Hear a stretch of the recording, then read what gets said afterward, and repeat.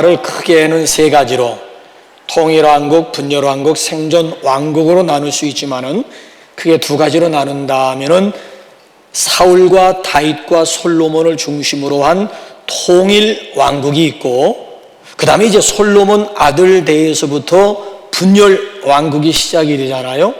이렇게 해서 분열왕국의 왕들이 모두 39명이 됩니다. 39명의 왕 가운데서 가장 매력적인 왕을 꼽으라고 한다면 당연 주저함 없이 시스기야를 꼽게 될 것입니다. 그 이유가 어디에 있다고 생각하십니까? 39명의 왕들에 대해서 소개할 때에 그냥 몇 구절로 끝나는 왕들이 상당히 많습니다. 고작 해야 그저 한 장 정도 할애해도 아주 비중 있는 왕입니다. 자, 그런데 오늘 여기 나와 있는 이 시스기야 왕은 성경 한 권 가지고 부족해서 역대기를 보게 되면 4장 할애하고요, 열왕기서를 보게 되면 3장 할애하고요, 이사야서를 보게 되면 4장을 시스기야에게 할애합니다. 그러니까 시스기야 한 사람을 소개하는데 무려 성경 11장을 할애하고 있다면은 오늘 우리가 함께 나누게 될 이 시스기야의 비중이 어느 정도인가는 우리가 충분히 감을 잡지 않겠습니까? 더군다나 남북 왕조가 있는데 남유다는 르호보암 왕에서 마지막 망하는 것이 시드기야에서 망하지 않습니까? 20명의 왕들 가운데서 선왕이라고 평가를 받는 왕들이 모두 7명이에요. 그 7명의 선왕 중에서도 선왕이 누구냐라고 꼽으라고 한다면 그 역시 본문에 소개되어지고 있는 시스기야가 되겠습니다. 자, 어느 정도였는지 한번 우리 한번 열왕기야 우리 한번 18장 5절 7절 어느 정도였는지 한번 보실래요? 시작.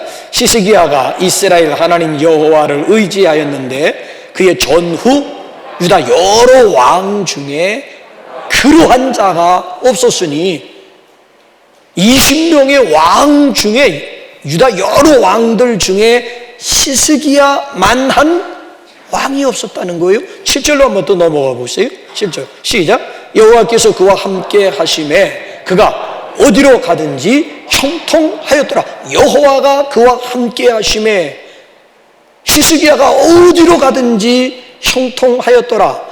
하나님이 함께 하시는 사람이요 하나님이 사랑하시는 사람이었다라고 하는 얘기고요. 유다 백성들에게 있어서는 전무후무한 유다의 역사 가운데 시스기야만한 그런 왕이 없었을 정도였다라고 하는 얘기예요. 자, 어디 그뿐인 줄 아십니까? 한번 역대하 32장 한번 23절 한번 가보실래요? 시작.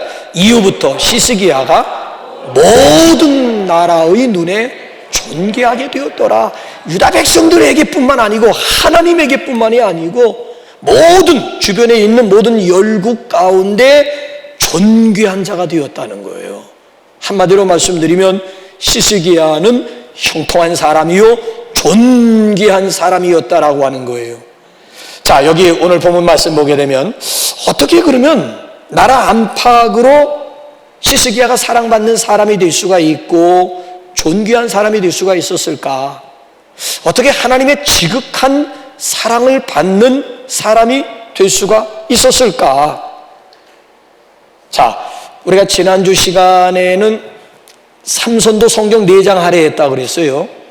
삼손을 통해서는 정면교사 삼을 건 별로 없고 그래서 우리가 반면교사 삼는 시간이었는데 오늘은 역시 4장을 할애하고 있는 시스기야를 통해서 반면교사가 아니고 정면교사 삼는 시간을 가지고자 합니다.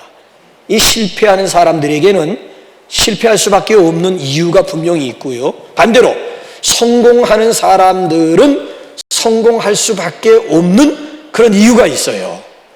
자, 오늘 함께 나누게 될 이 시스기야에게서 우리가 뭘 본받을 수가 있을까요?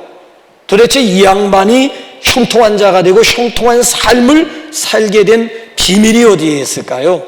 여기다가 우리가 초점을 맞춰보게 되면 오늘 본문이 한 서너 가지로 우리의 질문에 대해서 해답을 주고 있잖아요. 그 첫째가 뭔가 하면은 우선순위의 사람이었다라고 하는 거예요. 우리가 인생을 살아가면서 더 중요한 것이 있는가 하면 분명 덜 중요한 것이 있어요. 그렇죠? 더 급한 일이 있는가 하면 덜 급한 일이 있어요. 최선이 있는가 하면은 반대로 차선이 있습니다. 자, 우선 먼저 해야 할 일이 있는가 하면 나중에 해도 될 일이 있습니다. 그렇죠? 이걸 구별해서 먼저 해야 할 일을 먼저 하고 나중에 해야 될 일을 나중에 하는 것도 지혜예요. 만약에 이런 구분이 없어지게 되면 어떤 인생을 살게 되느냐? 긴급한 일의 행포에 끌려가게 되고 시달릴 수밖에 없다는 거예요. 백수들이 더 바쁘다라고 하는 거 아세요? 제 친구들이 사회 공무원이라든지 무슨 학교에서 교장, 교감까지 했던 그런 친구 장로들이요, 벌써 한 2년 전에 벌써 이제 다 정년들 하고, 그제 장로 친구 하나가 전화가 왔어요. 그래서 제가 벌써 한 3년 정도, 한 2년 정도 지금 얼굴을 보지 못했으니까 중마고인데, 그래서 야, 요즘 어떻게 지내냐 했더만, 현직에 있을 때보다 더 바빠. 오라는 데는 없어도 갈 곳이 많아. 이런 소리. 그래서 내가 야, 백수가 더 바쁘긴 더 바쁘구나 라고 얘기를 했어요. 여러분, 자칫 잘못하게 되면요, 인생 낭비하는 일에 끌려다니기 쉬워요. 근데 오늘 여기 본문 말씀에 보게 되면 이 시스기야라고 하는 사람은 이 문제에 있어서 아주 확실한 사람이었다라고 하는 얘기인데, 자, 우리 한번 3절 한번 어떻게 확실한지 한번 3절 한번 볼까요? 시작. 첫째 달에 여호와의 전 문들을 열고 수리하고. 자, 시스기야는 25살의 왕위에 올라가지고 29년 동안이나 나라를 다스렸던 유다 제13대 왕이었습니다. 25살의 왕위에 오르자마자 첫째 해 첫째 달 주기 원년 첫 번째 달, 이제 뒤에 가보게 되면 첫째 날에 시스기야가 뭘 우선적으로 했는 줄 아십니까?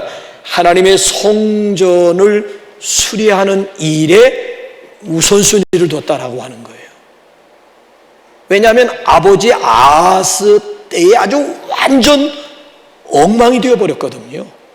성전이 더 이상 성전 기능을 할 수 없으리만큼 이방 우상들을 하나님의 성전에 들여놓기 시작을 하는데, 별의별 우상 딴지들을 다 성전 안으로 끄집어 들여가지고 완전 성전의 기능이 마비가 된 지 오래된 거예요. 그래서 그의 아들 시스기야가 왕위에 오르자마자 주기 원년 첫 번째 달 첫 번째 날부터 뭘 시작하게 되었는가 하면은 하나님의 성전부터 수리하는 일을 했다라고 하는 거예요. 아무리 여러분 수십 년 아니면 수백 년 내려온 전통이라 할지라도요, 그것이 반 하나님, 반 성경적이라고 할 때에는 과감하게 개혁을 시도해. 이거 쉽지 않아요, 현실적으로 보면. 더군다나 왕위에 오르자마자 하나님의 성전을 열고 그리고 수리하는 일을 먼저 하게 되었다. 현실적으로 이거 쉽지 않은 얘기예요. 자, 그래서 우리 한번 17절 한번 넘어가서 볼까요? 우리 11절까지 읽었는데 17절 한번 넘어가 볼까요? 시작. 첫째 달 초 하루에 성결하게 하기를 시작하여 그 달 초 8일에 여호와의 낭실에 이르고 또 8일 동안 여호와의 전을 성결하게 하여 첫째 달 16일에 이르러 마치고. 자, 왕위에 오르자마자 하나님의 성전을 수리해서 며칠 걸렸다라고 하는 얘기예요? 16일. 이 보름 동안의 성전을 성결하게 하는 일에 우선순위를 두게 되었다라고 하는 거예요. 아니, 여러분 생각해 보세요. 25살에 왕위에 올랐으면 왕위에 오르자마자, 아니 지금 대통령 인수위원들도 벌써 취임하기 전에 벌써 그 이전에 인수위원회를 소집을 해가지고 구성을 해가지고 본격적으로 대통령 취임하기 이전에 벌써 웬만한 상황 파악이 다 되고 인수인계가 다 이렇게 끝나가지고 그 다음에 취임식과 더불어 본격적으로 일을 하는데, 이때 무슨 인수위원이 있겠어요? 왕위에 오르자마자 먼저 해야 될 일들이 얼마나 많고 감당해야 될 일들이, 아니 더군다나 그 주변국 왕이 이렇게 정권이 이렇게 바뀌게 되면 주변국들의 움직임이 심상치 않잖아요. 예, 다음에 우리가 한번 생각해 보게 되면 이제 얼마나 절대적인 위기, 열국으로부터 주변에 있는 이방인들로부터 어떤 절대적인 위기를 맞이하게 되는지 우리가 한번 다음 시간에 한번 더 나누고자 생각을 하는데, 여러분 보세요. 국무회의도 소집을 해야 되고 여러 가지 일들이 많이 있음에도 불구하고 여기에 우선순위를 두었다라고 하는 거. 여러분 한번 생각해 보세요. 뭐 한가해서 하나님의 성전을 수리했다? 그런 얘기 아니에요. 한가한 게 아니에요. 오늘은 뭐 딱히 할 일도 없고 오라는 사람도 없으니까 예배당이나 가볼까? 아니에요. 오늘도 여러분 일주일에 하루 직장 생활하고 일하는 사람들은 이 시간, 이 날이 정말 기가 막힌 시간이고 정말 귀한 시간인데 그럼에도 불구하고 우선순위를 여기에 두었다라고 하는 그 발걸음과, 오늘은 뭐 갈 데도 없고 딱히 뭐 오라고 하는 데도 없으니까 예배당에나 한번 가볼까 해서 나온 발걸음하고 같은 발걸음이 아니라니까요. 한가해서 하나님의 성전부터 수리하게 되었다, 이런 얘기와는 전혀 달라요. 그래서 이런 분들에게 우선순위를 둔 분들을 향해서 잠언서 기자가 아니면 사무엘 선지자가 뭐라고 말씀하고 있는가 하면은, 나를 사랑하는 자들이 나의 사랑을 입으며 나를 간절히 찾는 자가 나를 만날 것이니라. 나를 존중히 여기는 자를 내가 존중히 여기고 나를 경멸히 여기는 자를 내가 경멸히 여기리라. 이게 사무엘상 2장 30절에 있는 말씀 아니겠습니까? 그렇다면 여러분들의 삶의 우선순위는 무엇입니까? 우선순위나 설정해 놓고 그리고 살아가십니까? 여러분들의 프라이어리티 넘버 1이 뭐냐라고 묻는다면 여러분들은 무엇이라고 대답할 것입니까? 록펠러는요 33살에 백만장자가 됩니다. 43살에 미국에서 가장 큰 석유 회사를 운영을 하게 됩니다.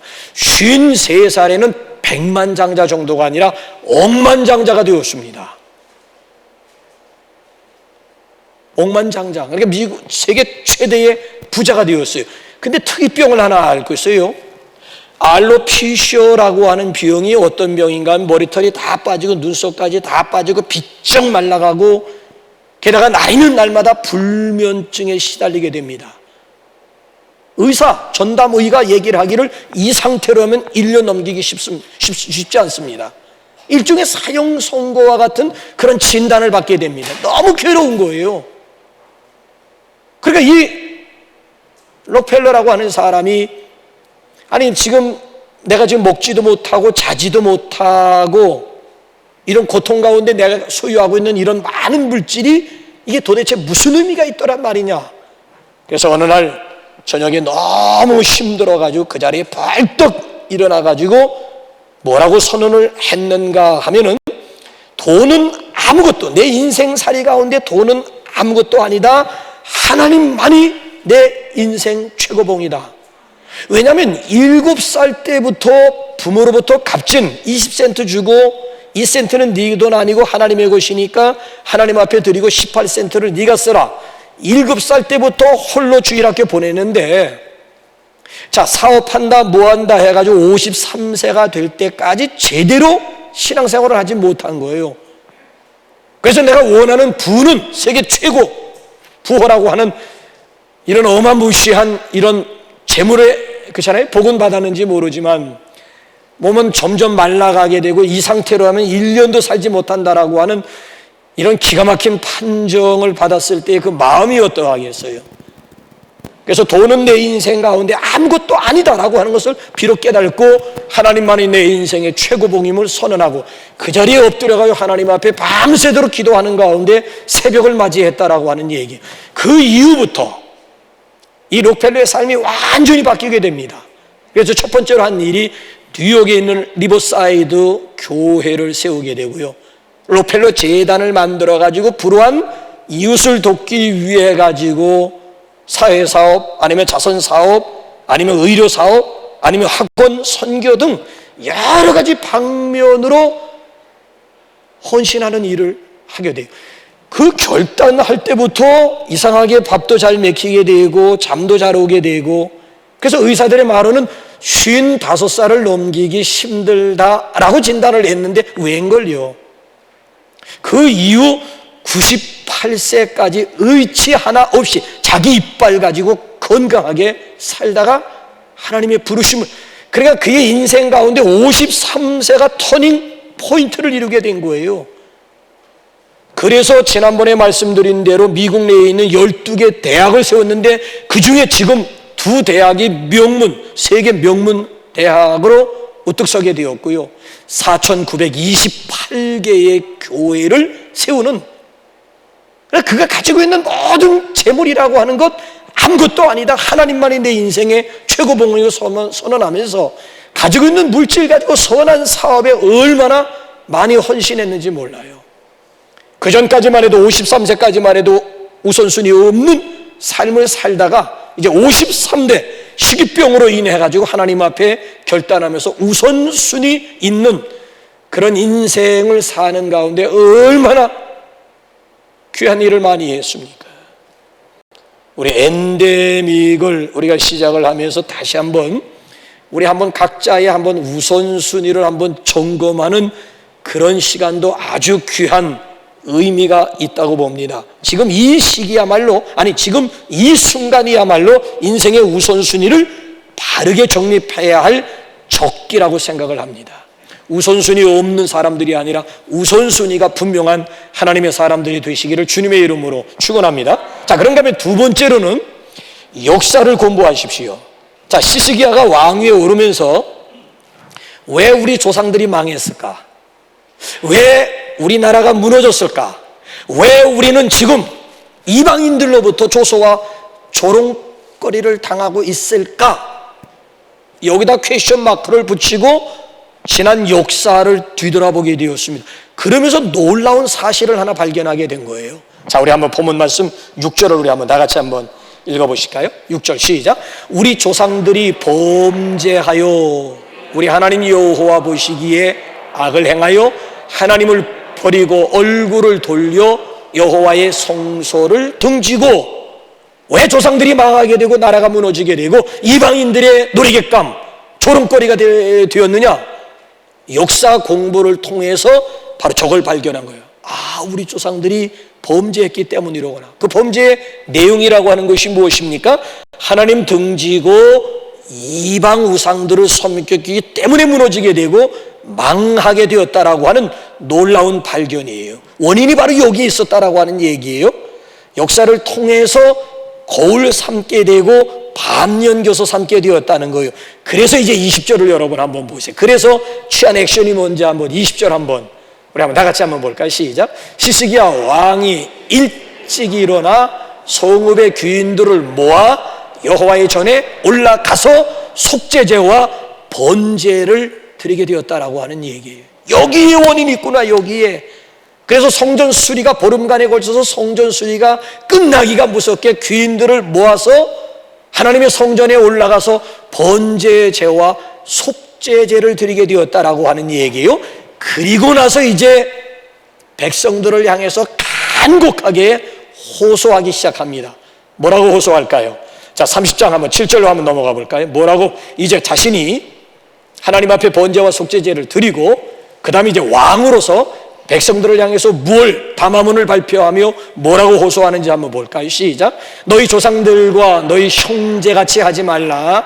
그들은 그의 조상들의 하나님 여호와께 범죄하였으므로 여호와께서 멸망하도록 버려두신 것을 너희가 똑똑히 보는 바니라.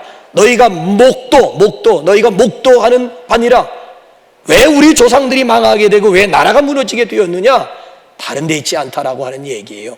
그러니까 한마디로 말씀드리면 이 시스기야는 역사를 보는 눈이 있고요, 역사를 아는 지식이 있는 지혜스러운 왕이었다라고 하는 거예요. 짐 콜린스라고 하는 사람이 스티븐 코비가 쓴 성공하는 사람들의 7가지 습관이라고 하는 책을 패러디해가지고 성공하는 사람들의 8가지, 성공하는 기업의 8가지 습관이라고 하는 책을 썼어요. 자, 이 짐 콜린스라고 하는 사람은 이 책을 쓰기 위해서 6년 동안 연구했다는 거예요. 6년 동안. 이 한 권의 책을 쓰기 위해 가지고 스탠포드 대학팀과 더불어 기업들을 방문하기도 하고 그들의 역사를 연구해서 마침내 성공하는 기업의 8가지 습관이라고 하는 책을 쓰게 되었다는 거예요. 가령 모토로라라든지 슈럭 패커드라든지 아니면 월트 디즈니라든지 18개의 우수한 기업을 연구하면서 6년 동안이나 연구하면서 공통점 3가지를 발견했다는 거예요. 그 첫째가 뭔가 하면 이 기업들 18개의 기업들은 평균 수명이 100년을 넘어가는 거예요. 여러분, 기업이 100년을 이어간다라고 하는 거 이거 쉽지 않은 거예요, 이거. 근데 100년이 넘었다라고 하는 얘기고요. 또 한 가지 공통점이 뭔가 하면은 자, 어제 1926년 이후 주식시장 평균 주가의 15배를 끌어올리는 저력 있는 회사들이었다라고 하는 얘기고요. 또 한 가지 공통점이 뭔가 하면은 100년의 역사를 연구하면서 한 기업의 흥망성쇠의 원리를 발견했다라고 하는 거예요. 그 원리라고 하는 것이 뭔가 하면 리더십이었다라고 하는 얘기예요. 적어도 이 18개의 기업의 공통점이라고 하는 것이 뭔가 하면 어느 한 사람의 카리스마적인 리더, 카리스마적인 지도력에 의해서 기업이 100년 이상을 이어갔다라고 하는 얘기가 아니고요. 반대로 다음 세대를 준비하는 리더십이 바로 성공의 비결을 이루고 있다라고 하는 얘기. 한 사람의 카리스마적인 리더가 아니라니까요. 다음 세대를 준비하는 리더십이 살아있는 기업이 결국 수명이 길다라고 하는 이런 원리를 발견하게 되었다는 거예요. 그래서 결국 6년간의 역사 공부를 통해 가지고 만들어진 작품이 성공하는 기업의 18가지 습관이라고 하는 책을 또 완성하게 되었다라고 하는 얘기. 이런 경우는 기업의 정면 교사를 통해서 얻은 교훈이라고 이제 말씀을 드릴 수가 있지 않겠습니까? 그래서 역사를 공부하게 되면 실수나 실패를 사전에 예방할 수가 있습니다. 자, 여우와 곰과 호랑이가 공동으로 사냥을 했다고 그래요. 근데 곰 보고 네가 한번 이거 사냥한 거 한번 나눠봐 했더니만 공평하게 나눈 거예요. 그래서 결국 호랑이가 곰을 죽였다라고 하는 얘기예요. 그래서 이번엔 여우 보고 네가 한번 나눠봐 그랬더니만 여우가 호랑이의 몫을 크게 하고 자기 몫을 아주 적게 했다는 거예요. 그러니까 이 호랑이가 감동, 너 어떻게 그런 생각을 했냐 그랬더니만 곰이 죽는 거 보고 생각했지. 아니 공동 사냥해가지고 똑같이 분배하다가 죽는 모습을 보면서 나도 그렇게 하면 젖장 나겠구나라고 하는 거. 여우가 여우 같은 거예요. 죽는 거 보고 깨달았지라고 이걸 반면교사라고 얘기를 하는 거예요. 그러니까 역사가 필요한 이유. 패가 망신했음에도 불구하고 우리 아버지가 도박하다가 망했다고? 정말 망하는지 안 하는지 내가 한번 도박해봐야지. 아니 우리 아버지가 알코올 중독으로 인해가지고 결국 패가 망신했다고? 그러면 나도 한번 정말 그런지 안 그런지 내가 직접 술을 먹어보고 나서 내가 결론을 얘기해. 어리석다라고 하는 얘기예요. 아니 도박으로 인해가지고 망했으면 그 길을 가지 말아야지요. 그래 역사가 우리에게 필요한 이유는 역사를 알게 되면은 실수라든지 실패 같은 걸 사전에 얼마든지 나도 이런 길을 가다 삼성장 난다. 나도 이 길을 가게 되면 나도 시스기와 같이 형통한 사람이 된다. 이게 지혜라고 하는, 이건 역사를 통해서 얻을 수 있는 아주 중요한 보물이라고 하는 거예요. 그래서 고린도전서 10장 말씀을 보게 되면 우리는 과거 이스라엘처럼 원망하지 말자, 주를 시험하지 말자, 음행하지 말자, 우상숭배하지 말자. 왜? 이스라엘 백성들이 다 우상숭배하고 주를 시험하다 원망하다 광야에서 다 60만 대군이 광야에서 시체로 변했다는 거예요. 그러니까 우리는 그들과 같이, 그래서 아예 결론 내리기를 왜 성경을 기록해서 우리 손에 넘겨주었는가 하면 거울 삼으라는 얘기야. 노골적으로 아예 성경을 통해, 성경의 역사를 통해서 우리로 하여금 교훈, 정말 형통하는 길이 어디에 있고 복받는 길이 어디에 있음을 이 역사를 통해서 우리로 하여금 배우라고 그래서 성경을 기록해서 우리 손에 쥐어주게 되었다라고 하는 얘기예요. 역사를 아는 저와 여러분들이 되시기를 우리 주님의 이름으로 축원합니다. 성경을 통해서, 역사를 통해서 반면교사 삼고 정면교사 삼을 줄 아는 그런 지혜스러운 하나님의 사람들이 되시기 바랍니다. 자, 그러면 마지막 세 번째로, 어떻게 시스기야가 존귀한 자가 되고 형통한 자가 될 수가 있었을까? 무엇보다 예배를 회복하십시오. 25절부터 30절까지 보시면요, 자신이 번제를 드릴 때에 레위인들이 옆에서 수금과 재금과 비파를 치고요, 제사장들은 옆에서, 우리 여기 지금 집사님들 지금 나팔을 불었습니다마는 각종 나팔도 한두 가지 종류가 아니에요. 그러니까 각종 나팔들을 불어댑니다. 그러니까 예배를 드리는 가운데 동원된 악기 수만 해도 이게 엄청난 거예요. 더군다나 백성들로 하여금, 오늘 여기 본문 말씀 계속 이어보게 되면은 백성, 회중들로 하여금 아삽의 시와 여호와의 시로 노래하면서 경배하게 했습니다. 그래서 이제 30절을 한번 보세요. 그래서 이제 한번 30절을 보세요. 시작. 그들이 즐거움으로 찬송하고 몸을 굽혀, 그들이 레위인들, 시스기야일 뿐만 아니라 옆에 있는 레위인들과 제사장들과 회중들이 즐거움으로 찬송하며 몸을 굽혀 경배 찬양하기 시작을 했다라고 하는 얘기예요. 자, 이렇게 해서 찬양과 경배가 살아있는 제사요, 예배가 되었다라고 하는 거예요. 그래서 이 역대기 기자는요, 시스기야 왕에게 4장을 할애하고 있는데 4장을 제가 쭉 읽으면서 분석을 해보니까요, 3장은 종교적인 문제를 다루고 1장이 정치적인 문제, 이게 거꾸로 돼야 되는 거 아니겠습니까? 왕이 되었으면 정치적인 나라 일, 정치적인 문제를 3장 할애하고 그 다음에 종교적인 문제, 영적인 문제에서 1장을 할애해야 이게 일반적인 것 아니겠습니까? 아니니까요. 오히려 4장을 할애하면서 3장이 종교적인 문제를 다루고 1장이 정치적인 문제를 다루게 되었다는 얘기. 철저한 신앙 가지고 나라를 다스렸다라고 하는 이야기예요. 뿐만 아니라 이 시스기야가 예배의 사람이고요, 그 자신만 예배의 사람이 아니라 어떻게 지금 백성들을 향해서 어떻게 지금 드라이브를 걸고 있는지, 우리 한번 역대하 30장 1절을 우리 한번 다 같이 한번 읽어볼까요? 시작. 시스기야가 온 이스라엘과 유다에 사람을 보내고 또 에브라임과 므낫세에 편지를 보내요. 예루살렘 여호와의 전에 와서 이스라엘 하나님 여호와를 위하여 유월절을 지키라 하니라. 전국의 사람들만 보내는 것이 아니라 편지를 보냈다라고 하는 것은 초청장을 발부했다라고 하는 얘기예요. 초청장 내용이 뭐예요? 예루살렘 여호와의 집에 와서 오라는 거야. 초청장이야. 와서 여호와를 위하여 유월절 제사를 하나님 앞에, 유월절 예배를 하나님 앞에 드리자라고 호소를 한 거예요. 사람들도 보내고 초청장도 보내고 해서 많은 사람들을 예루살렘 성전 가운데로 초대를 했다라고 하는 거. 그러니까 가만히 보게 되면 이 시스기야는 복받을 짓을 하는 거야. 그 자신만 예배의 사람이 아니라 백성들까지 예배로 초대하고자 하는 이 거룩한 욕심. 그래서 사랑받는 사람들은 사랑받을 짓을 하고요, 미움받는 사람들을 가만히 보면 꼭 미워하는 짓들만 골라 하더라고요. 시스기야를 보세요. 이거 지금 이러니 존귀한 자가 되지 않을 수가 있고, 이러니, 이런 사람이 형통하지 않으면 어떤 사람들이 형통할 수가 있다는 거예요. 그래서 하나님께서 그에게 주신 은혜와 축복으로 한번 볼까요?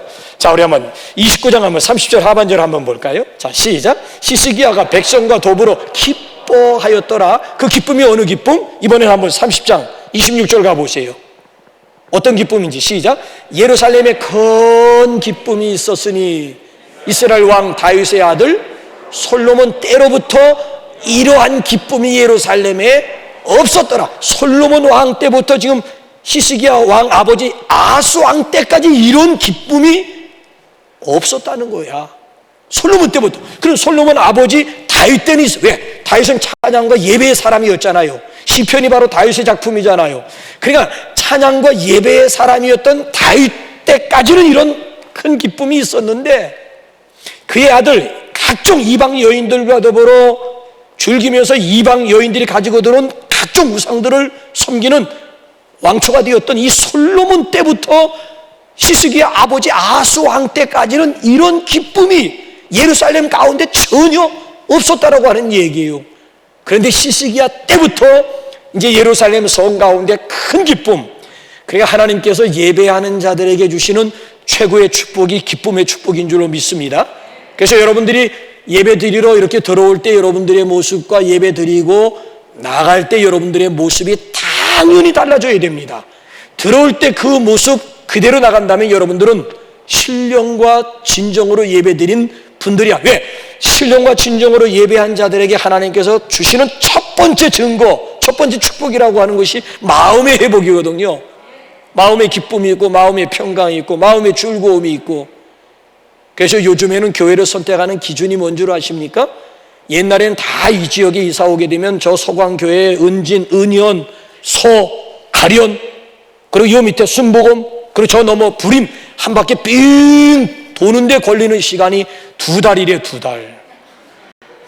한 바퀴 돌고 그리고 우리 교회 와서 등록하시는 분들이 상당히 많이 있었어요. 이제는 돌지도 않아요. 예배 끝날 때쯤 돼가지고 저 밖에 가지고 지나가는 사람들인 척 하면서 예배 드리고 나오는 성도들의 얼굴을 본다는 거예요.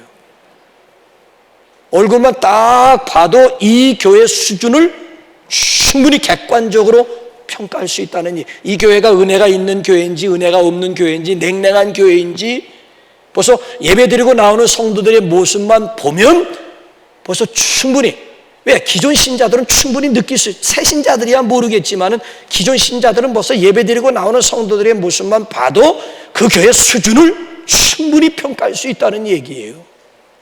자, 옆에 있는 분들하고 인사합시다. 당신의 얼굴이 전도지입니다. 우리 한번 옆에 있는 분하고 한번 그러니까 우리가 직접 나가서 전도하지 못해도 예배만 제대로 드리고 나가도 갈등하고 있는 어느 교회를 선택할까? 갈등하는 사람들에게 확신을 심어줄 수 있는, 여러분 신은 죽었다 니체라고 하는 사람 원래 기독교적인 배경을 가지고 있는 사람인데 어쩌다가 신은 죽었다라고 무신론자로 자처하게 되었을까요? 실천적 무신론자들 때문이었다는 거예요. 예수쟁이들이야, 예수쟁이들. 머리로는 하나님의 존재 인정하고 하나님을 믿는다고 하는데 실제적인 삶 가운데서는 전혀 하나님이 없는 삶. 당신들 마음 가운데 그리스도가 계시다면, 기쁨의 근원 되시는 그리스도가 계시다면 어째서 당신들 얼굴 가운데 기쁨이 사라졌느냐라고 하는 도전이에요. 당신들의 얼굴을 보니까 하나님은 죽었다, 하나님이 살아계신다면 당신들의 삶이 그럴 수가 없고 당신들의 얼굴, 당신들의 표정 자체가 달라져야 되는데 당신들을 보니까 신은 죽었다, 이렇게 된 거예요. 그래서 우리 그리스도인들, 기쁨을 잃어버린 그리스도인들은 무엇으로 비유한 건 도랑으로 비유했더라고. 도랑을 저기 지금 도랑이 있어가지고 가봤더니 바짝 말라있더라는 얘기야. 그러면서 우리에게 뭐라고 도전하는가 하면 물도 없는 도랑도 도랑이라고 할 수가 있습니까? 라고 도전을 하는 거야. 자, 여러분들이 한번 대답해 봅시다. 물도 없는 도랑. 여러분 시골 가보게 되면 다 농사짓을 때 다 도랑 치고 해가지고 물 끌어들이고 해가지고 다 농사 졌잖아요. 자, 도랑에는 물이 흘러가야 함에도 불구하고 전혀 물이 없어. 그럼에도 그걸 도랑이라고 할 수가 있겠, 머리 깎인 삼손도 삼손이라고 할 수 있겠느냐라고 하는 이런 도전과 같은 질문이에요. 기쁨의 샘이 흘러가야 이게 정상임에도 불구하고 전혀 기쁨을 잃어버린, 어디서 기쁨을 잃어버렸어요? 예배 회복하시라니까. 오늘 여기 예배만 회복하기만 하면 하나님께서 예루살렘 성 안에 큰 기쁨만 주시는 것이 아니라 예배자 마음 가운데 하나님께서 기쁨을 주실 줄로 믿습니다. 다른 데서 기쁨 찾으려고 하지 마세요. 예배 하나 제대로 한번 회복해 보세요. 생수의 근원 되신 하나님 앞에 나옴으로 인해 가지고 생수 같은 그런 기쁨이 회복되어지기를 우리 주님의 이름으로 축원합니다. 자, 그런가 하면 또 하나 보너스 하나 주는데 마음의 기쁨만이 아니냐? 아니에요. 자, 31장 한번 10절 한번 끝으로 한번 읽어보고 한번 찬양할까요? 시작. 이는 여호와께서 그의 백성에게 복을 주셨습니다. 그 남은 것이 이렇게 많이 쌓였나이다. 자, 백성에게 기쁨이라고 하는 보너스 말고 복도 주셨는데 많이 쌓였나이다. 넘치는 복. 그래서 내린 결론이 31장 21절이야. 그래서 내린 결론이 31장 21절. 시작. 그의 하나님을 찾고 한 마음으로 행하여 형통, 한마디로 희쓰게 하는 형통한 사람, 형통의 복을 받아 누리게 되었다라고 하는 그런 말씀이에요. 여러분들의 삶의 우선순위는 무엇입니까? 여러분들은 성경을 통해서 아니면 역사를 통해서 무슨 도전을 받고 계십니까? 자, 코로나 이전과 이후, 지금 끝난 것은 아니지만 그래도 엔데미라. 자, 코로나 이전과 이후를 놓고 여러분들의 예배를 한번 돌아보게 되면 변화가, 예배 생활 가운데 어떤 변화가 일어났습니까? 바라기는 우리 모두 우리 요한복음 4장에 보면 하나님이 찾으시는 그 한 사람의 예배자가 되어서 우리 이 땅의 삶을 사는 동안 하나님 앞에 존귀한 사람들일 뿐만 아니라 형통한 삶을 살 수 있기를 주님의 이름으로 축원합니다. 우리 이 시간